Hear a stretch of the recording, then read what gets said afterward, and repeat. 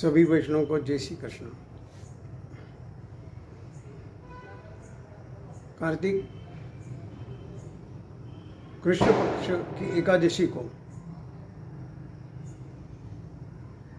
रमा एकादशी या कार्तिक एकादशी भी कहते हैं। कहते हैं कि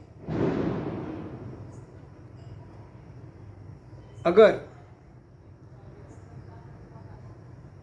एक बूंद नींबू के रस हजारों लीटर दूध में गिरने से वो दूध नहीं रहता है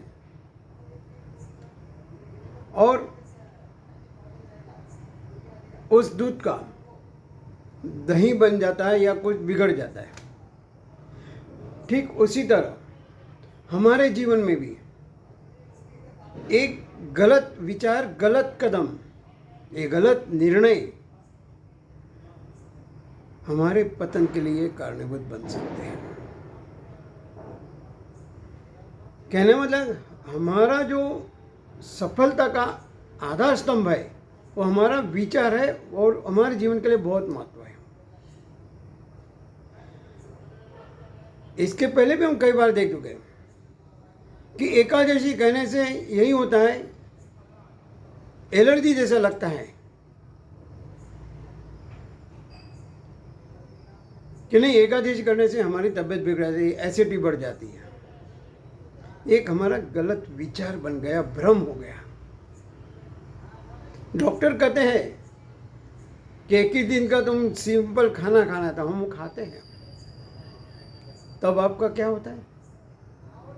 सिर्फ हम जो आहार में साबूदाना, बटाटा या तली हुई चीज़ें खाते हैं या मिठाई ज़्यादा खाते हैं, उसकी वजह से हमारे एसिडिटी होती है, पेट गड़बड़ होता है। अदरवाइज अगर खाली फलाहारी करेंगे, सात्विक आहार का ग्रहण करेंगे, सेवन करेंगे, तो हमें कोई तकलीफ नहीं होगी। उल्टा हमारा स्वास्थ्य बहुत ही अच्छा होगा, तंदुरुस्त बनता है, निरोगी बनता है। मन में से भ्रम निकाल देना है कि एकादशी या उपवास करने से हमारा एसिडिटी होती है। क्या हम रोज जो खाना खा रहे हैं उससे एसिडिटी नहीं होती है? हम दवाई लेती है उससे भी एसिडिटी होती है, डॉक्टर हमें उसकी दवा भी देता है। तो क्या हम खाना छोड़ देते? क्या नहीं छोड़ते। तो उपवास हमारे जीवन के बहुत बड़ा महत्व का भाग है। साइंस ने भी ये प्रूव कर दिया है कि हफ्ते में 10 दिन में 15 दिन में एक उपवास अपने शरीर को साफ सफाई करने के लिए, तंदुरुस्त रखने के लिए, निरोगी रखने के लिए बहुत जरूरी है। 5 ज्ञानेंद्रिय, 5 कर्मेंद्रिय और मन हमारा मक्कम रहेगा तो हम सब आसानी से प्राप्त कर सकेंगे। लेकिन हमारा मन में विचार ही ऐसा बना लेते हैं, तो ये हमें सोच बदलना है। ये रमा एकादशी का भी पौराणिक कथा ऐसी है कि मुचकुंद राजा, उसकी कन्या चंद्रभागा, उसका विवाह चंद्रसेन नाम के राजा जो था, उसका शोभन नाम का लड़का है, उसके साथ होता है। यहाँ पे मुचकुंद राजा के राज्य में खाली मानव ही नहीं, पशु पक्षी भी उपवास करते थे। यहाँ तक कहा है। लेकिन जो शोभन था उसको तो इतनी भूख लगती, भूखा नहीं रह जाता था, उसको खाने को ही चाहिए। शादी के बाद जब वो आपस दोनों आते हैं मुचकुंद राजा के वहाँ, तो वहाँ ये एकादशी होती है। तो उसने कहा, उसकी पत्नी जो चंद्रभागा, उसने कहा कि अगर आपको खाना खाना है तो ये राज्य के बाहर जाना पड़ेगा। तो उसने कहा ठीक है, मैं आपके साथ उनके साथ एकादशी करूँगा, मैं भी उपवास करूँगा, व्रत रखूँगा। लेकिन उसने पूरा दिन व्रत रखा, रात को पता नहीं क्या हुआ, उसका देहांत हो गया।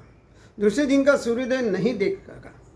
लेकिन उसका जन्म एकादशी करने की वजह से बहुत अच्छी जगह हुआ और बाद में वो देवपुर नगर का राजा बना। ये सोम शर्मा को पता चलता है, वो देखता है, तो वो पूछता तुम ये कैसे राजा बन गए? तो बोले ये सब एकादशी व्रत का फल है। वो चीज़, ये बात जाके सोम शर्मा चंद्रमा को बताए, चंद्रमा वापस आती है, पति को मिलती है और अपना पूर्ण जो एकादशी वो करती थी उसका सर्व पुण्य उसको अर्पित कर दिया, जिसकी वजह से वो पुनः सुख समृद्धि आनंद से रहने लगे। ये तो एक खाली कहानी है, लेकिन जो हम कर्म करते हैं उसका फल अवश्य मिलता है। अच्छे कर्म का फल अच्छा मिलेगा, बुरे का बुरा मिलेगा। हमारा कर्म कभी बेकार नहीं जाता है, लेकिन हमारा ध्येय क्या है, उसका उद्देश्य क्या है। हम काम तो बहुत करते हैं, नहीं करते बात नहीं है, बार बार कहते हैं श्वास लेना ये भी एक काम है, लेकिन हमारा जो श्वास लेना या कर्म करना उसका पीछे का जो ध्येय है, उद्देश्य है, वो जितना पवित्र स्वच्छ और अच्छा रहेगा उतना हमें फल ज़्यादा अच्छा मिलेगा। ब्रेड ओरिएंटेड नहीं, लाइफ ओरिएंटेड हमें शिक्षण मिलना चाहिए। एकादशी का व्रत बने मन में से निकलना है कि और मक्कम करना है कि मुझे करना है। देखो क्या नहीं हो पाता है, हो जाएगा। काम करने वाले को हमेशा सफलता मिलती है, लेकिन हम काम ही नहीं करते हैं और मफत में चाहते हैं कि हमें ये मिल जाना चाहिए। कैसे मिलेगा? तप के बिना कुछ नहीं मिलेगा। जो तप नहीं करता उसका तप का उल्टा करो, पतो माने पतन होता है।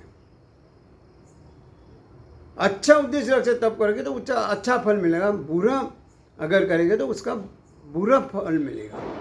फल तो मिलना ही आज नहीं तो कल। तो हमें ये सोचने वाली बात है कि हमारे स्वास्थ्य के लिए, हमारे तंदुरुस्ती के लिए, हमें निरोगी रहने के लिए व्रत करना बहुत जरूरी है, उपवास करना बहुत जरूरी है। ये हमारे दिमाग में हमें फिट करना है, मक्कम कर देना है कि जिसकी वजह से आने वाली जो समस्या होती है उसको भी हम, जो मुश्किलें है, परेशानियां हैं, उसको भी हम सामना आसानी से कर सकते हैं। मन मक्कम होना चाहिए। मन मक्कमता से जो जिए उसकी जिंदगी रोशन बनती है, ये कहा गया है। तो हमें जो ऋषि मुनि भी कहा है और हमारे स्वास्थ्य के विज्ञान भी कहता है, उपवास का महत्व समझना है और अपने जीवन में लाना है। देखो करके देखो, प्रयत्न करोगे तो सब कुछ हासिल होगा, प्राप्त होगा। सिर्फ मन में से ये निकालना है, भ्रांत कल्पना जो बैठ गई है उसको निकालना है। आदमी खाकर ही बीमार होता है और बीमार इतना हो जाता है, इतना खाता है, इतना बीमार होता है, इतना बीमार होता है कि डॉक्टर बोलते हैं अभी इसका कोई इलाज नहीं है। क्या करोगे? भूखा एक बार रह जाएगा चलेगा, लेकिन अन्न का ज्यादा सेवन ये भी हमारे जीवन के लिए बहुत गलत है। इसलिए भगवान से प्रार्थना करते हैं और प्रामाणिकता से हम भी ऐसा व्रत करेंगे जिसकी वजह से हमारा शरीर तंदुरुस्त, निरोगी, स्वस्थ बने, भगवान हमें शक्ति दे, भक्ति दे। इसी शुभकामना के साथ सभी वैष्णव को रमा एकादशी की शुभकामनाएं। जय श्री कृष्ण।